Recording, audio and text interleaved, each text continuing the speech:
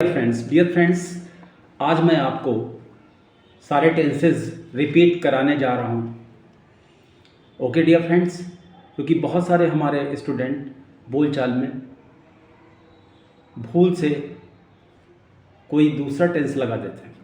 तो देखिए, present simple यानी प्रेजेंट इंडेफिनिट टेंस में जिसकी पहचान ता है, ती है, ते है होता है, उसमें ता है और ती है जब वाक्य के अंत में आता है तो एस और ई एस वर्ब के साथ लगता है। जैसे वह अंग्रेजी बोलती है, तो पहले सब्जेक्ट आता है, पहले जो सबसे पहले लिखा होता है उसकी अंग्रेजी बनती है, और जो लास्ट में लिखा होता है उसका दूसरे नंबर पर अंग्रेजी बनती है, और बीच वाले पार्ट की अंग्रेजी सबसे लास्ट में लिखी जाती है। तो वह अंग्रेजी बोलती है तो शी स्पीक्स इंग्लिश। वर्ब जो लास्ट में होता है उसमें एस या ई एस का प्रयोग करते हैं, राइट। तो वह अंग्रेजी बोलती है तो शी स्पीक्स इंग्लिश। वह अंग्रेजी नहीं बोलती, अगर निगेटिव में होता है तो she does not speak English. क्या वह अंग्रेजी बोलती है तो does she speak English, right. अगर बहुवचन होता है तो फिर एस नहीं लगता, राइट। जैसे वे अंग्रेजी बोलते हैं तो दे स्पीक इंग्लिश, एस नहीं लगा सकते। वे अंग्रेजी नहीं बोलते हैं तो they do not speak English. क्या वे अंग्रेजी बोलते हैं तो डू दे स्पीक इंग्लिश। ये था हमारा प्रेजेंट सिंपल डियर फ्रेंड्स। अब present continuous tense, right. Continuous tense पहचान क्या होती है? रहा है, रही है, रहे हैं।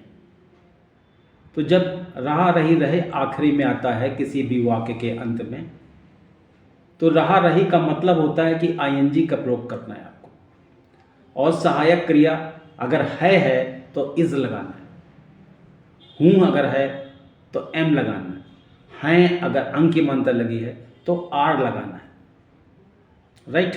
जैसे वह अंग्रेजी बोल रही है, वह अंग्रेजी बोल रही है तो शी इज स्पीकिंग इंग्लिश। वह अंग्रेजी नहीं बोल रही है तो she is not speaking English.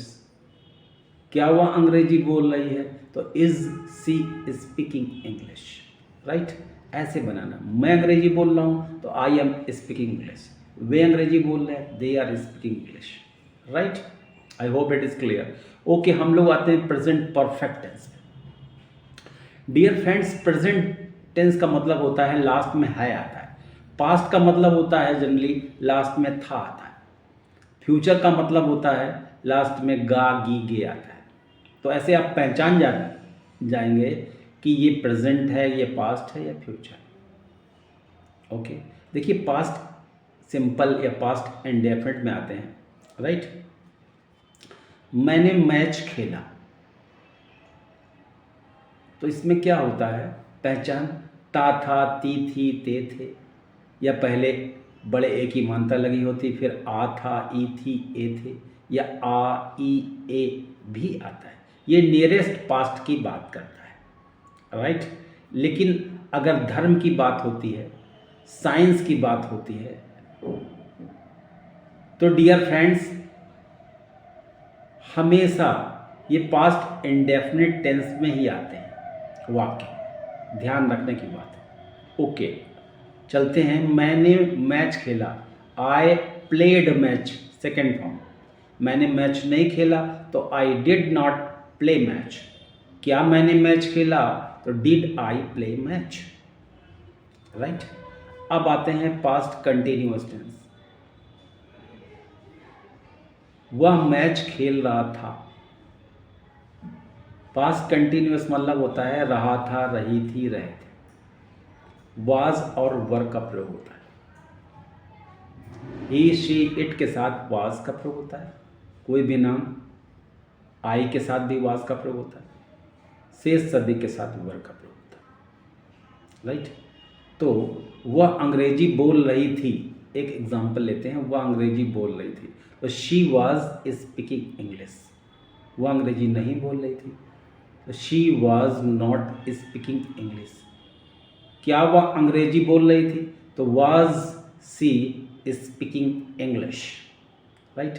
अब आते हैं past perfect tense dear friends. चुका था, चुकी थी, चुके थे, या बड़े की मंतर लगी हो, आ था, ई थी, ए थे, प्लस कोई इवेंट, कोई टाइम पीरियड होता है वो इसमें शो करता है। जैसे चाय के समय तक भारतीय टीम मैच जीत चुकी थी, तो till T time Indian cricket team had one the match. Already जब भी आता है तब भी पास्ट परफेक्ट आता है। मैं उससे पहले ही मिल चुका था, I had already met her, right. सुबह तक मैं ये सारा काम कर चुका था। एक टाइम बट एक समय फिक्स होता है इसमें, या दो एक्शन होते हैं। खाना खाने से पहले मैं स्कूल का काम कर चुका था, I had done the school work before took food, या आई टुक फूड, राइट। ओके, अब हम लोग आते हैं फ्यूचर में। फ्यूचर का मतलब होता है गा गी गे।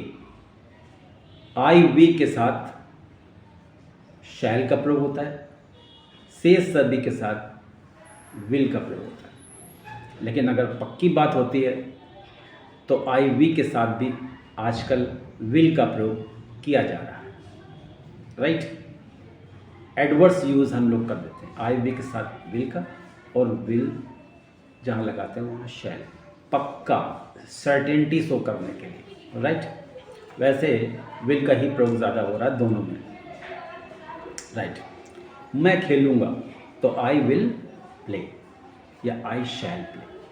पक्का खेलूँगा तो आई विल प्ले। इसलिए हर आदमी विल ही लगा रहा है कि मैं जो बात कह रहा हूँ वो डंके की चोट से कह रहा हूँ। मैं खेलूँगा तो आई विल प्ले बेटर है, शैल के स्थान पर विल लगाए, राइट। मैं नहीं खेलूँगा, आई विल नॉट प्ले, या एडवांस में बोलना है I won't play, WONT, I won't play, मैं नहीं खेलूँगा। क्या मैं खेलूँगा, will I play, right. Next आ रहे हैं हम लोग फ्यूचर कंटिन्यूअस टेंस। रहा होगा, रही होगी, रहे होंगे, रहता रहा होगा, रहती रही होगी, रहते रहे होंगे, ये भी आता है, राइट। तो डियर फ्रेंड्स, वह पढ़ रही होगी, she will be reading.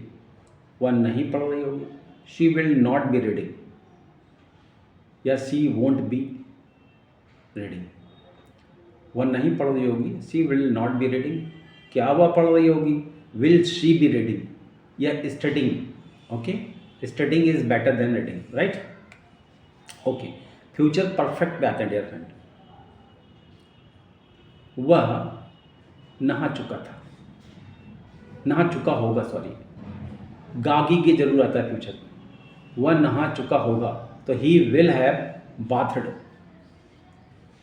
He will not have bathed, negative. क्या वह नहा चुका होगा, विल ही हैव बाथड। ध्यान रखना है भाई, इसमें आई वे के साथ सेल हैव आता है, से सभी के साथ विल हैव आता है, और वर्ब की थर्ड फॉर्म लगती है। ध्यान रखिए, गौर करिए, नोटिस, जितने भी टेंस होते हैं, चाहे प्रेजेंट परफेक्ट टेंस हो, चाहे पास्ट परफेक्ट हो, चाहे फ्यूचर परफेक्ट हो, जितने परफेक्ट होते हैं उसमें थर्ड फॉर्म ही आते हैं। और जितने भी कंटिन्यूअस टेंस होते हैं, चाहे प्रेजेंट कंटिन्यूअस हो, पास्ट कंटिन्यूअस हो, या फ्यूचर कंटिन्यूअस हो, सब में आईएनजी ही आता है, राइट। ये ध्यान करने की चीज़ है, राइट। अब मॉडल वर्ब, वह अंग्रेजी बोल सकती है, शी कैन स्पीक इंग्लिश, या she is able to speak English. चाहे she is able to speak English या शी कैन स्पीक इंग्लिश, दोनों में से कोई एक लगा सकते हो, देयर इज़ नो प्रॉब्लम। वह अंग्रेजी बोल सकती थी, पास्ट में अगर आ जाए तो शी कुड स्पीक इंग्लिश, उसे अंग्रेजी बोलनी चाहिए, शी शुड स्पीक इंग्लिश।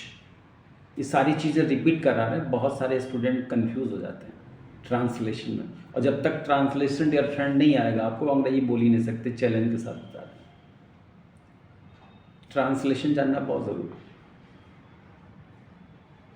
क्योंकि हम लोग अमेरिका में तो पैदा नहीं हुए, इंडिया में पैदा हुए, तो यहाँ पे तो माहौल है नहीं कि पेरेंट्स बोल रहे हैं बच्चा नेचुरली सीख जाएगा, बोलने लगेगा।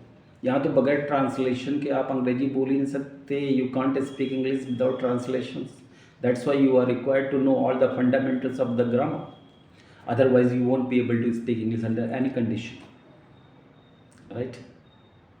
तो ये था बेसिक चीज़ें, ये जानना बहुत ज़रूरी है। अगर आप अंग्रेजी बोलना चाहते हैं, किसी इंस्टीट्यूट में अंग्रेजी सीख रहे हैं और ये चीज़ नहीं सिखाई जा रही है आपको बेसिक्स, आप अंग्रेजी कभी नहीं बोल पाएंगे, सारा पैसा बर्बाद हो जाएगा। इसलिए पढ़िए वहीं जो बेसिक से पढ़ा है, थोड़ा समय लग जाए कोई दिक्कत नहीं। आप ये मत सोचिए कि यार ये तो ट्रांसलेशन पढ़ा रहे हैं। अगर ट्रांसलेशन आपको नहीं आ रहा है तो ट्रांसलेशन पढ़ना ज़रूरी है, नहीं तो चाहे 10 साल अंग्रेजी सीखते रहें, कोई माइकल आल अंग्रेजी नहीं सिखा सकता। Nobody can make you speak English under any conditions,